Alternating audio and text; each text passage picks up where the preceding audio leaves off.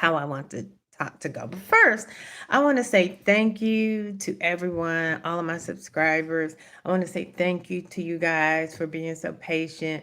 My mom was sick for a little bit prior to her passing. And because of that, my posting has just been very inconsistent, to say the least. And additionally, I was making some changes and just trying to get some things together because I really expected my mom to come down here to Mobile with me. And that didn't get to happen. But, life happens. So I was trying to get this music to going. And while I'm getting this together, any of you new people, like and subscribe, click the button for the notifications. Um, because that way you'll have information about, what's coming up next in the next video. Oh,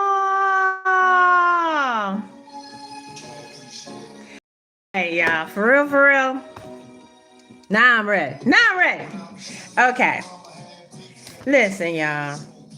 Something that they don't tell you about grief is just how amazing a process it is, and how you spend time trying to make sure that you're dealing with um, all of the things that usually go around when you're grieving, when you're dealing with the death of a parent, especially.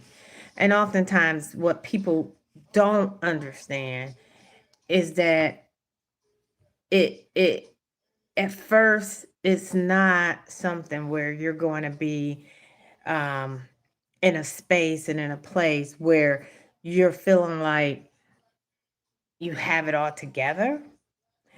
And people take things differently. People sometimes hit from a place of disbelief, and sometimes things are more direct and more right in your face sometimes. And it's in those moments that we get to being busy. Okay. And that's where this video is coming from. It's coming from a place of being busy and being in a place of not wanting to deal with the things around you. Many of you guys know I wrote a book a while back called Do It Your Own Shit. I'm currently rebranding that book with a new title and some self-help things, but it still applies because let me tell you this. I am 57, born 1969. I'm not afraid of that. Let me tell you, I was born in 1969. So me and my friend group, we're all mid to late 50s, early 60s. And many of us are unfortunately losing family members at a record pace, and each other as well. And like I said, there's nothing that anyone can tell you about how to deal with the loss of the people that you love. But I will tell you this. I found in my grief and processing is that the best way to honor those who love us, and I'm talking to people who love us unconditionally, not none of these little rainy day fair weather friends. Yes, I'm talking about the real people, is to exhibit and to cherish the legacy that they left for us. And that legacy involves moving through things, taking care of business, and most definitely not losing too much, if any, ground. Okay. And so as I look sometimes and I think about how people are showing up for me, showing up for the things that I dealt with in my life. Hello, XYZ Matic. And showing up for me and the things in my life. is that I've really tried to compartmentalize a lot of the things. And I sort of have what I call my grieving time, right? Because I can't stay in that place for excessive amounts of time, or else I will perish myself. I'm gonna tell you. But I've learned to be able to sit in grief. Just like in mindfulness, they teach you to sit in your pain. You learn to sit in the grief so that you can process it in a safe space, in a safe place when you're ready. Because oftentimes we are not ready. Some people aren't ready for 6 months, some people aren't ready for 6 years. You have to process that when you are ready. And you can't get down on yourself, because I got down on myself because I felt like I wasn't handling things appropriately with a level of respect and discernment that I know that my mom's life deserved. However, I also know that my mom was about the business, and I have quite a bit of things going on, and my mom didn't suffer foods well, up to and including myself. I hate to say that. But it's true. And anybody that know Bertha May know. Bertha May would tell your ass off. She did not play that. Okay. You was not gonna be up here using her as no excuse for why you didn't do XYZ. 1, 2, 3. Okay. My mama didn't play that. She like, cry me a river over there about okay. And those are the things about my mom that are just so like, amazing. And that's why I wanted to get on here and do this live, because I go from crying and not being able to get up to just, I literally see my mom sometime like standing over me while I'm in my bed, telling me to get my silly ass up. Where's my dad? I be talking to my dad in my dreams, because I be like, somebody stop her. My daddy be like, leave that baby alone. Let her cry. My dad was always the softy, man. My mom, she just, get your ass up, okay? I don't want to hear that shit. So I titled the video, the legacy of the crown, right? Because and I did not expect to be laughing on this thing. I'm like laughing and crying at the same time, y'all. This is so funny to me. Um, I was laughing at the funeral, and it was not even, I just couldn't help it. But the preacher was dropping stuff. My mom was silly. Oh my God. It's like I've indoctrinated all of that. And so I say this to say, I hope that this video, um, if it inadvertently teaches somebody to just, grab onto the good shit. I done messed up my whole thing now, getting to thinking about my mom. But anyway, now my video is done got because I sort of forgot what I was talking about because I started laughing. I turned my Tupac video on. But anyway, listen, I don't do lives that much because they just get all over the place. Okay. But what I do want to say is get back to the point. The point is this: as we move through and process grief, I will say that there has been times when I really, really, really, it's not that I didn't think I wouldn't go on, you know, but I did, whether it's the ancestors, whether it's my brothers and sisters that have passed on, or my brother or my sisters that have passed on, or whether it's my brothers that are still here. And I did and I do cherish, absolutely cherish the thing that I know gave my mom the most joy, which is her kids, her family, her loved ones. If my mama loved you, you know what I'm saying? Like we was them people.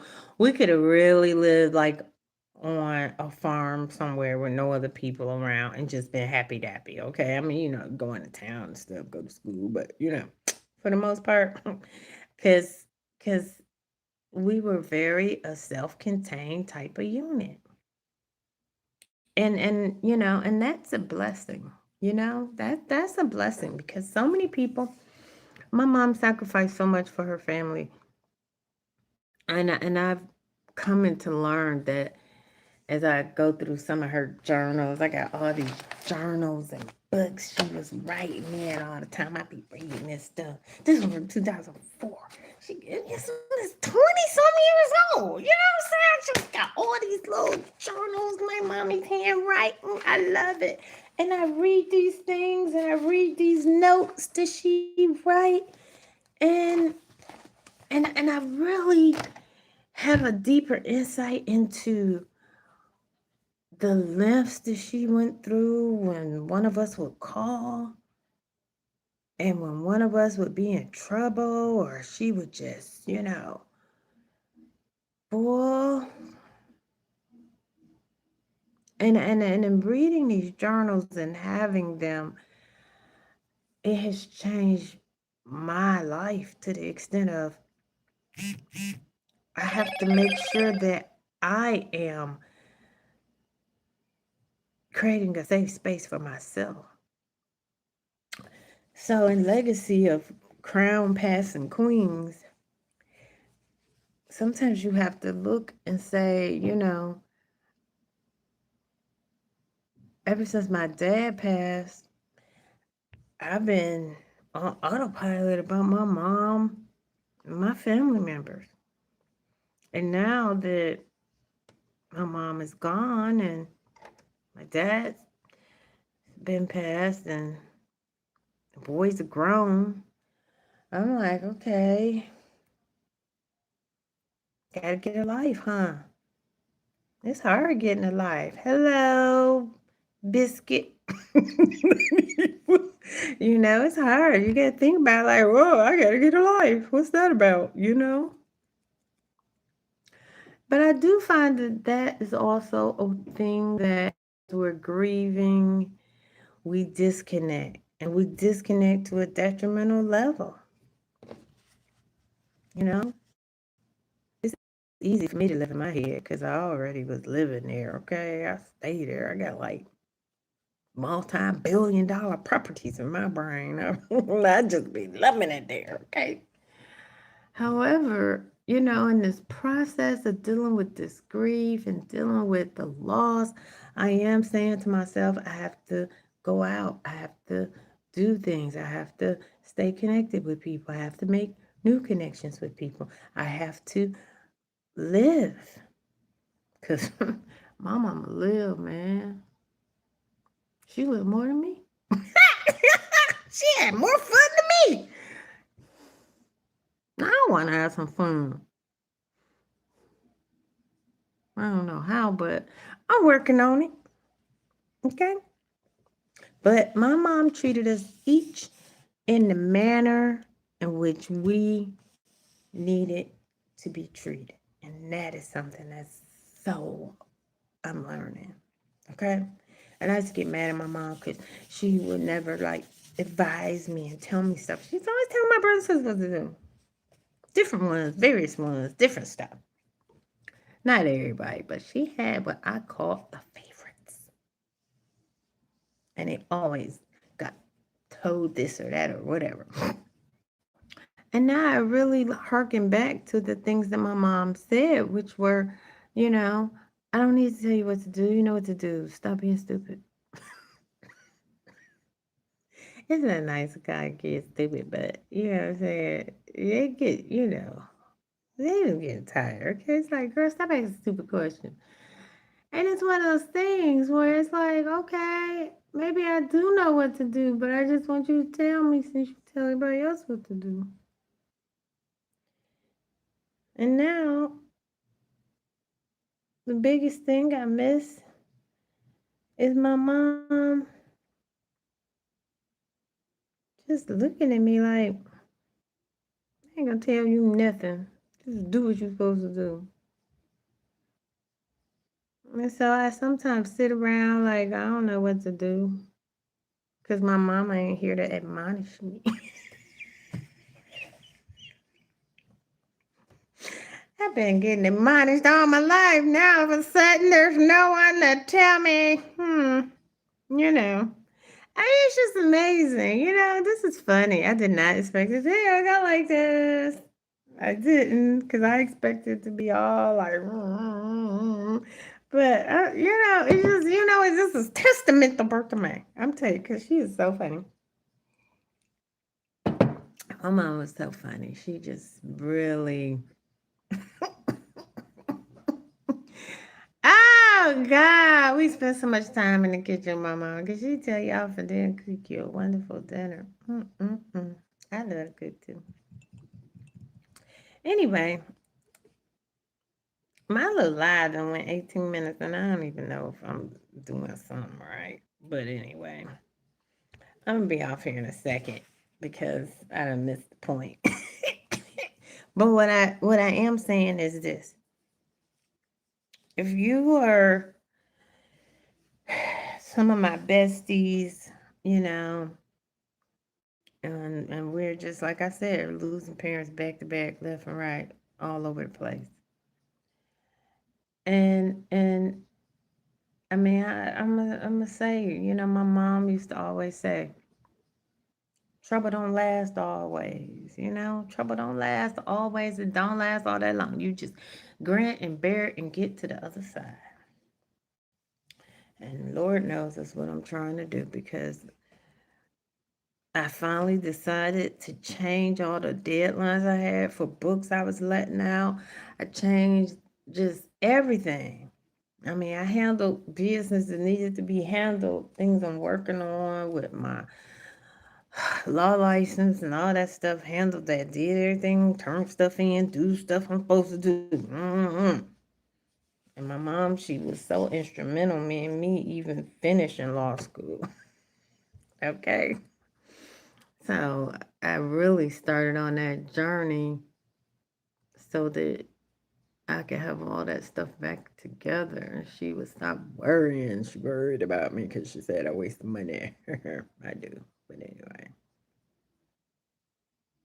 I'm going to do that no matter what. But the point is this. Once all the major fires were put out, I did sit back and say it's time for me to just sit in my feelings and in my emotions about my mom. Sit with her memories. Sit on that bed. Read through her journals and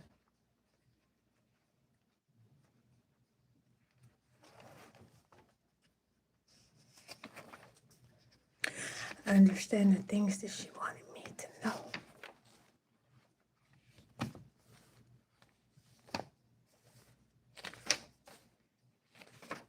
It don't get easier. But it's not tears of sorrow. It's tears of joy. Tears of knowing that my mom loved us. She spent every day thinking about us. When I think about my sons and my brothers, I think, the fuck? Is this the legacy? I don't know. I want this crown. I'll take it back. Shit. Oh. Oh, Lord. But when you love your family, you know what I'm saying? It's like, you become the queen. You get they bullshit. Oh, Lord Jesus, I love my family. I love them to death, and I love my mom, and I love my dad, and I love my parents. I love my brothers and sisters. I love everybody. Because it took me this many years. It took me this many years to know what it feels like to be able to just wrap yourself in the blanket that is the love of the souls God brought you into this world with. And know that that's enough. If that's all you ever get in life, know that that's enough. The legacy, the crown, the legacy is not dollar signs. It's not houses. It's not cars. It's nothing like that. It's not degrees.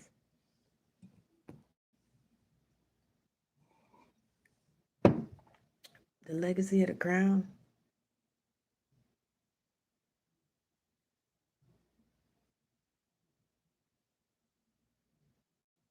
heavy, heavy. My mother wore her crown. My mother's mother died when she was 15 years old.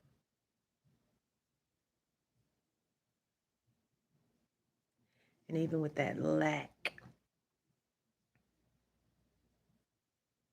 of being left alone at such a young age, almost unbearable.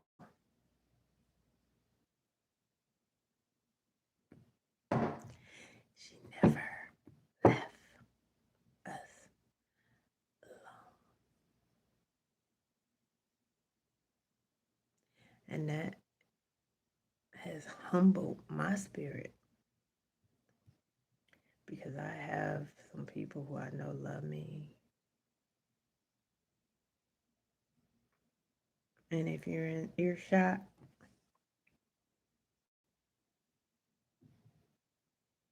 no.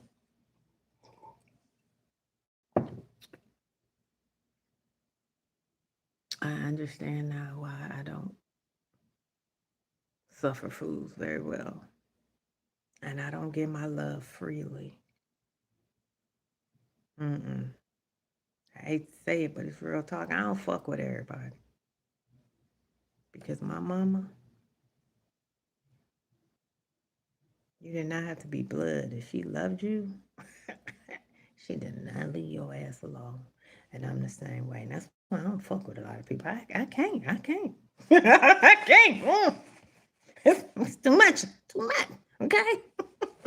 Uh, woo. Yeah. Anyway, it's 25 minutes and I am going to get off of here because this has been Deliberations with Sonya. And I wanted to say thank you to everyone. I wanted to say that you guys mean so much to me. And I had no idea that I was going to do this video and this video was going to turn out like it did. But I'm glad it did because I laughed. And the only tears are tears of joy. And I just want to say that I'm better than I thought I was. I mean, I'm going to always grieve. And I'm always miss my mama. But I thank God, Holy Spirit, that I had the type of mother that, wrapped her wonderful arms around me so much while she was living. I can't cry for long. I can't. Because I see her. Okay, I saw her when the Cavs lost that fucking playoff.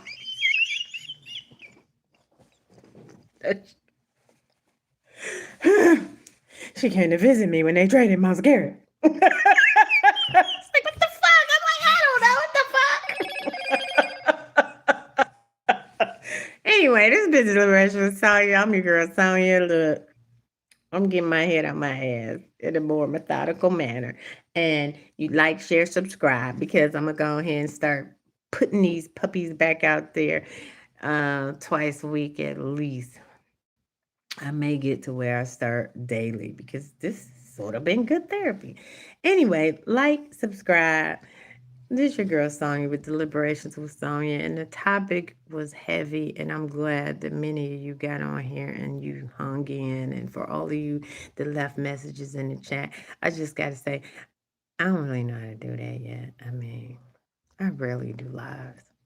So I'm gonna go back into the other part of the video and comment. So comment and subscribe.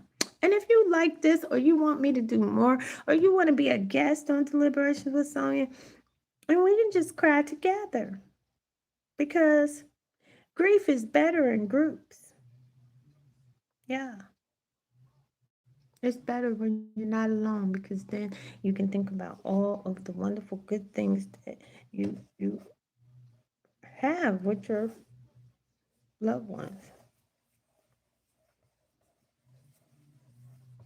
I mean, yeah. Anyway, smooches. Like, share, subscribe. See you Friday. I'm gonna try to get something out by Friday. Bye. Oops. Now, how do I cut it off? I tell you the truth. Me in this video, we just had the hardest time. We have the hardest time.